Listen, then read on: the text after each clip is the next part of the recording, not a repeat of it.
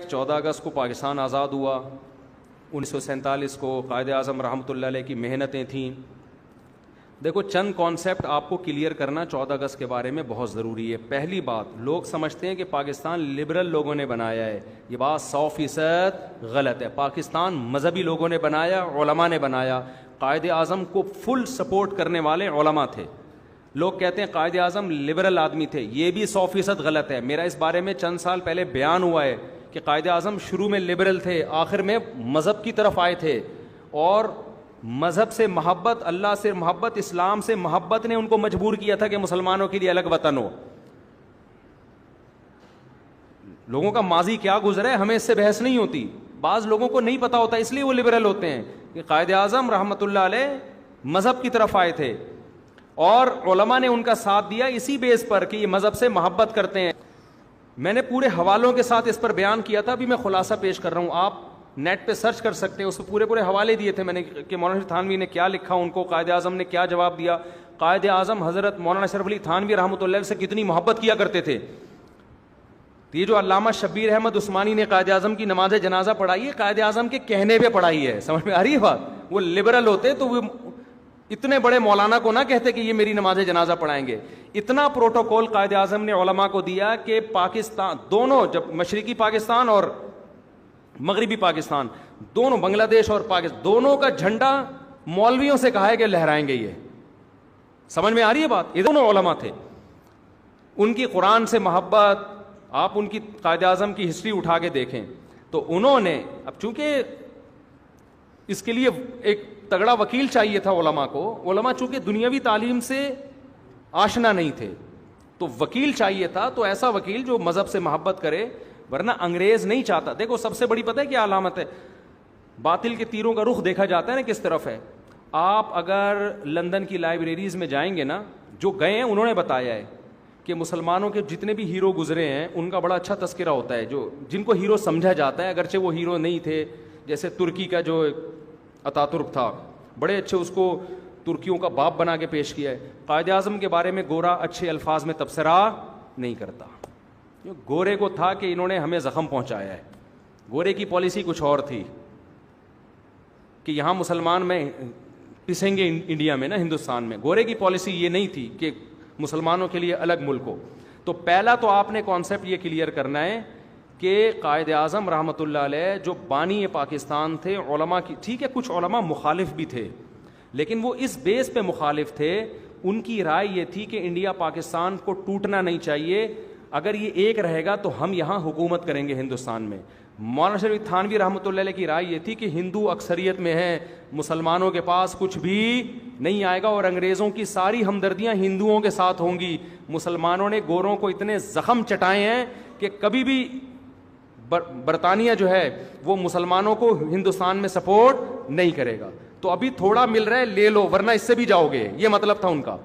تو ہماری رائے میں حضرت مولانا شریف تھانوی رحمۃ اللہ علیہ کی رائے درست تھی. باقی اختلاف اس میں تھا لیکن وہ اختلاف بھی جب پاکستان بن گیا تو ہمیشہ کے لیے ختم.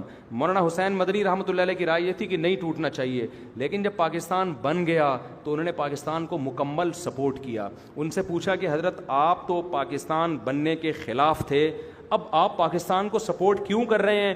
انہوں نے کہا کہ مسجد بننے سے پہلے اختلاف ہو سکتا ہے کہ یہاں مسجد بننی چاہیے کہ نہیں، جب بن جائے تو وہ مسجد کیا ہے؟ قابل احترام ہے. کتنی زبردست رائے تھی ان کی. تو جو مخالف تھے وہ بھی پاکستان بننے کے بعد پاکستان کے حق میں ہو گئے تھے. تو اس میں علماء کا بہت بڑا کردار تھا. ایک کانسیپٹ یہ درست کریں آپ، سمجھ میں آ رہی ہے بات؟ پہلا کانسیپٹ، قائد اعظم سیکولر نہیں تھے. یہ جو آج کل لوگ نا پاکستان کو سیکولر اسٹیٹ بنانا چاہتے ہیں، لہٰذا قائد اعظم کو بار بار سیکولر سیکولر سیکولر کہہ رہے ثابت کر رہے ہوتے ہیں. نمبر 2، پاکستان بنانے میں علماء کا سب سے زیادہ کردار ہے، سب سے زیادہ سپورٹ کیا علماء نے. تیسری بات، لسطن اسلام کے نام پہ بنائے.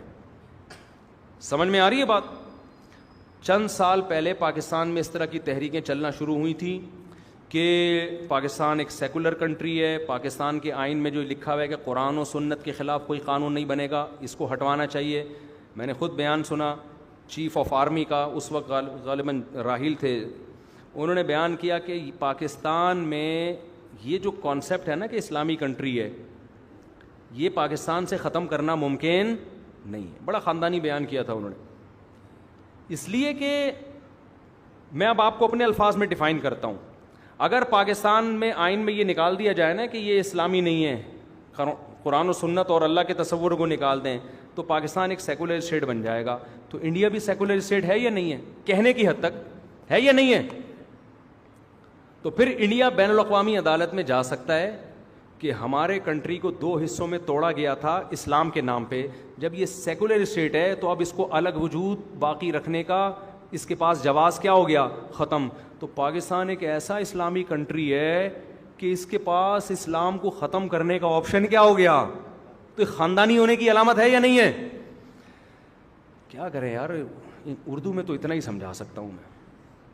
یعنی پاکستان ایسا خاندانی اسلامی ریاست ہے کہ اسلام سے پیچھے ہٹنے کا آپشن اس کے پاس ہے ہی نہیں. یہ اپنے وجود کو ختم کر دے گا اگر یہ سیکولر اسٹیٹ بن گیا. تو یہ تو ہمارے لیے فخر کی بات ہے. کیا خیال ہے بھائی؟ دیکھو ایک آدمی شریف ہے, اس کے پاس بدماش بننے کا آپشن ہی ختم ہو گیا. ایسے آدمی کو فوراً اپنی بیٹی دو گے کہ نہیں دو گے؟ کیا خیال ہے کہ یار اس میں بدماش بننے کا آپشن کیا ہو گیا؟ ختم. ڈاکٹروں نے کہا ہے اگر تو نے چرس پی تو مر جائے گا, تو نے سگریٹ پی تو مر جائے گا, تو نے گٹکا کھایا تو مر جائے گا. وہ کہے گا بھائی ہم تو مجبوراً اب شرافت کے ساتھ ہی ہمیں زندگی گزارنی پڑے گی.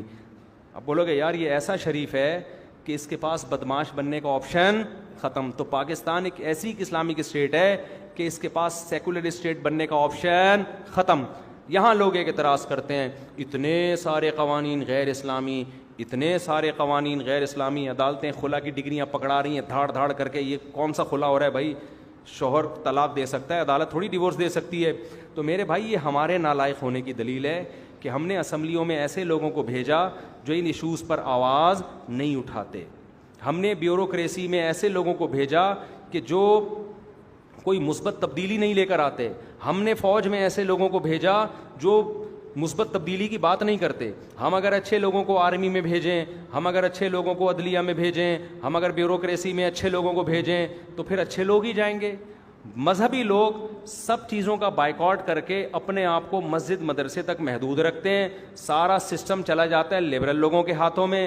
پھر وہ قرآن و سنت کے نام پہ ہی یہ جو عدالتی خلا ہے نا, لیبل اس پہ قرآن و سنت کا لگا ہوا ہے. عدالت قرآنی آیتیں پڑھ پڑھ کے خلا کی ڈگری دے رہی ہوتی ہے. وَإِنْ خِفْتُمْ أَلَّا يُقِيمَا حُدُودَ اللَّهِ, یہ سورہ بقرہ کی آیتیں لکھی ہوئی ہوتی ہیں خلا پہ کہ حدود اللہ پہ چونکہ ایکچولی قائم نہیں رہ سکتے لہذا میں ان کو طلاق دے رہا ہوں. ابے قائم نہیں رہ سکتے تو کہاں سے طلاق دے رہا ہے؟ صحیح ہے نا. تو لیبل سب قرآن و سنت ہی لگا ہوا ہے. ایک صاحب نے مجھے کہا نا کہ وہ جنہوں نے قل اللہ غلط پڑھی تھی, کون تھے وہ؟ رحمان ملک صاحب. انہوں نے قل اللہ غلط پڑھی. مجھے کسی نے کہا دیکھو مفتی صاحب آپ بار بار کہتے ہو اسلامی کنٹری ہے, یہ کیسا اسلامی کنٹری ہے جس میں اتنی بڑی پوسٹ پہ آدمی کو قل اللہ نہیں آتی؟ میں نے کہا یہ اسلامی کنٹری ہے جس کو قل اللہ نہیں آتی مجبور ہے قل اللہ پڑھنے پر. سمجھ میں آ رہی ہے بات؟ سسٹم کہہ رہا ہے قل اللہ پڑھنی پڑے گی آپ کو, بسم اللہ پڑھنی پڑے گی, تقریر کا آغاز بسم اللہ سے شروع کرنا ہے, قل اللہ پہ ختم کرنا ہے. سمجھ میں آ رہی ہے بات؟ جس کو نہیں بھی آتی وہ مجبوراً پڑھ رہا ہے. جب یہ الیکشن کے لیے سلیکشن ہو رہی تھی نا تو انٹرویوز ہو رہے تھے. سرگودا میں تھا تو الیکشن ہونے والے تھے, 20-25 سال پرانا واقعہ ہے. تو بہت سارے کینڈیڈیٹ جو آتے ہیں سلیکشن کے لیے تو ان کو پرمیشن ملتی ہے نا کہ آپ الیکشن میں کھڑے ہو سکتے ہیں. تو مجھے کسی سیاستدان نے بتایا یار مجھ سے اذان پوچھ رہے ہیں, اذان سناؤ. تو یہ کیوں پوچھ رہے ہیں؟ میں نے کہا آپ نے کیا ان سے, کہتے ہیں میں نے پوچھا یار مجھ سے اذان کیوں سن رہے ہو, میں تو الیکشن میں کھڑا ہو رہا ہوں. تو جو انٹرویو لینے والے نے کہا کمبخت تو اسلامی ملک کا سربراہ بننے جا رہا ہے, تجھے اذان بھی نہیں آتی کیا؟ تو شکر ہے دعائے قنوت نہیں پوچھی, ورنہ کسی کی بھی سلیکشن نہیں ہوگی.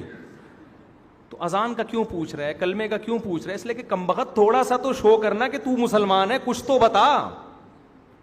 آگے پھر یہ پوچھ لے کہ فجر کی اذان اور ظہر میں فرق کیا ہے, یہ تو پھر